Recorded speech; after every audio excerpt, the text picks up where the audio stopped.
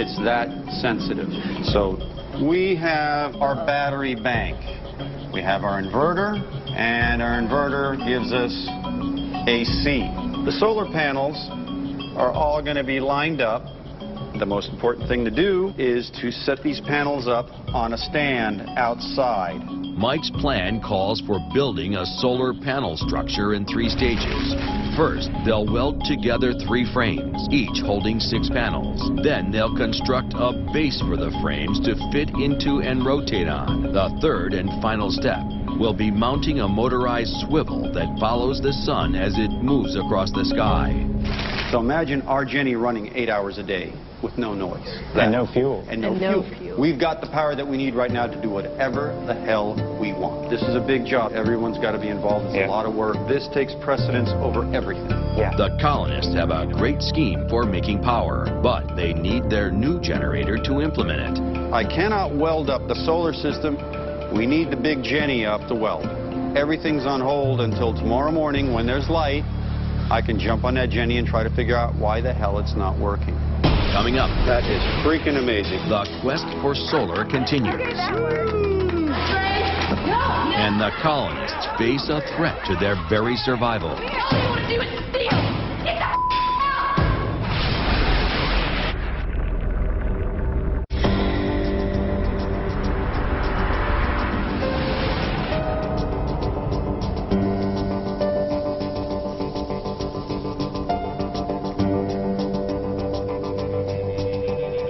We need to start rationing a little bit. I think we're on our last bag of coffee. We're done with peanut butter. Currently, they have 11 days of food, 9 days of water, and only 4 gallons of gas for the generator. I'm going to immediately jump on the Jenny. Let me work on the Jenny alone, because 2 heads in 1 toilet doesn't work, okay? Okay, just let me know if you need help. I like welding and making lots of strong stuff, so I need to get this Jenny working one way or another. If you're going to try large-scale construction, you need an arc welder. It's the kind of tool that allows you to fuse metal into whatever shape you need. But it requires a good deal of power, about 3,000 watts.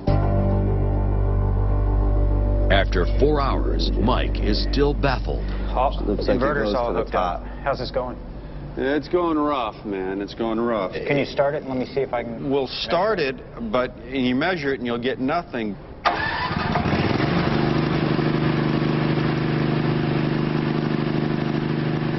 Mike, it's running too slow.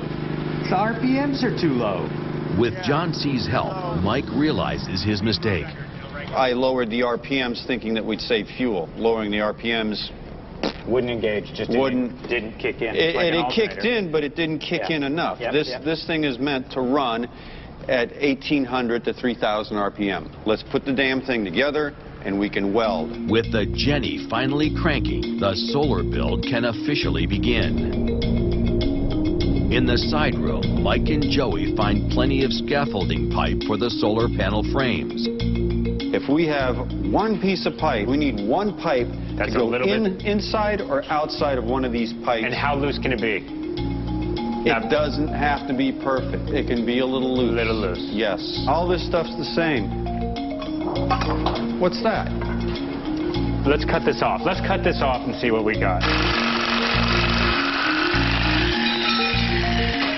Like butter. Do it. Do it. Yeah. That's what I was talking about. There's our swivel. All right.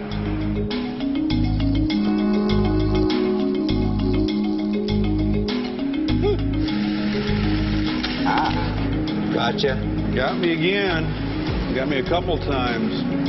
With the frames in place, Mike moves on to stage 2 of the build, the supporting base. We're basically going to have a pole here. Okay. It's going to be drilled into here for a base. And then we put our big H units on top of that to hold the solar panel. There we are. Woo. Morning, noon, afternoon. In the main warehouse space, computer engineer John C. is working on the final stage of the build, a motorized solar trekking system. This is actually the gear motor that we're going to use. So these are little photo resistors from these little electronic kits over here. Now, if the sun were coming in like this, if it saw this one more than the other one, that motor would start turning clockwise. And then as soon as they got even, it would stop, which is what you want. If it were to overshoot or it were to be night, it would back up until it got even again. So both of those things need to be in the full light, and then it'll stop. And it's working, which is pretty darn cool. I love it. I love it. I think it'll work. That's just freaking amazing.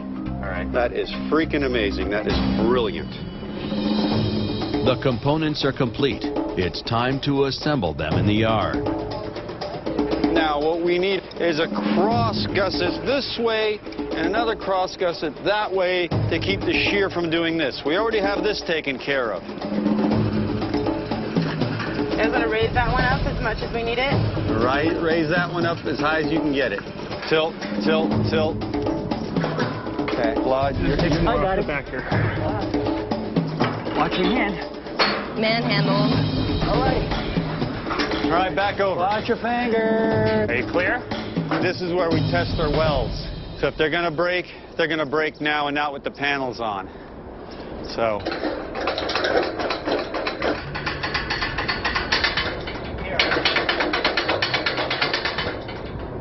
They ain't breaking. That works. Engineering is about inventing cool stuff, and there's no better motivation than survival to invent your way into a better existence or keep yourself in existence. Yes, sir. Rather than drill screws into the delicate panels, the colonists mount them at the edges with bolts and washers.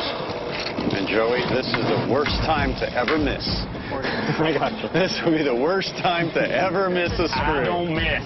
By the end of the day, the colonists have mounted all 18 panels. The dream of unlimited electrical power awaits only John C.'s sun tracking system.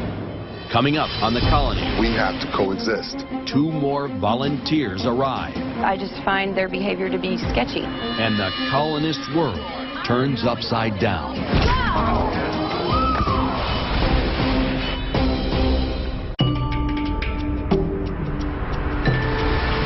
Dawn breaks on the colony.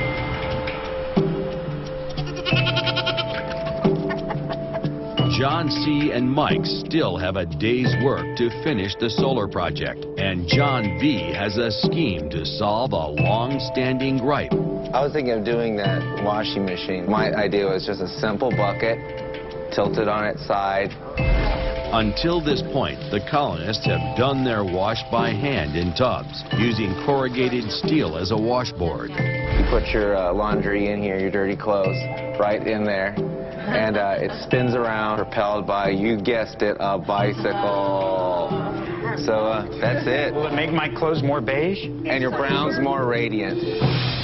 So what I had planned here was to get these drive wheels, then this whole assembly being tilted like this. When this spins on the rollers, it'll spin on these rollers, and to drain it, drops down to drain. Basically what I'm going to do is get this freewheel gear off the bicycle. It'll be almost like riding a normal bike. It should just line up to the barrel, sit right on top of this wheel, and roll out the barrel. It'll spin with it. It doesn't run its freewheel. Whack the damn thing. The last component of the solar power system is John C.'s tracking device. This arm is going to connect on here and move them all side to side to follow the sun. Good. Let's see if this thing works, Michael. All right. So click it on. Let's try. All right. Motor's going. It's moving. It's tracking. Moving. Now I want to see if the tracker's going to actually see it. That's looking good. The Earth receives more energy from the sun in just 1 hour than the entire planet uses in a year. If harnessed properly, solar energy could take you completely off the grid and eliminate your reliance on fossil fuels. As you can see, we've got our gear motor here. And this is a little tracking system that I designed. Basically has a one photocell right here with some shades. When the sun is out, it will track till the sun is actually shining on that cell, then it'll stop.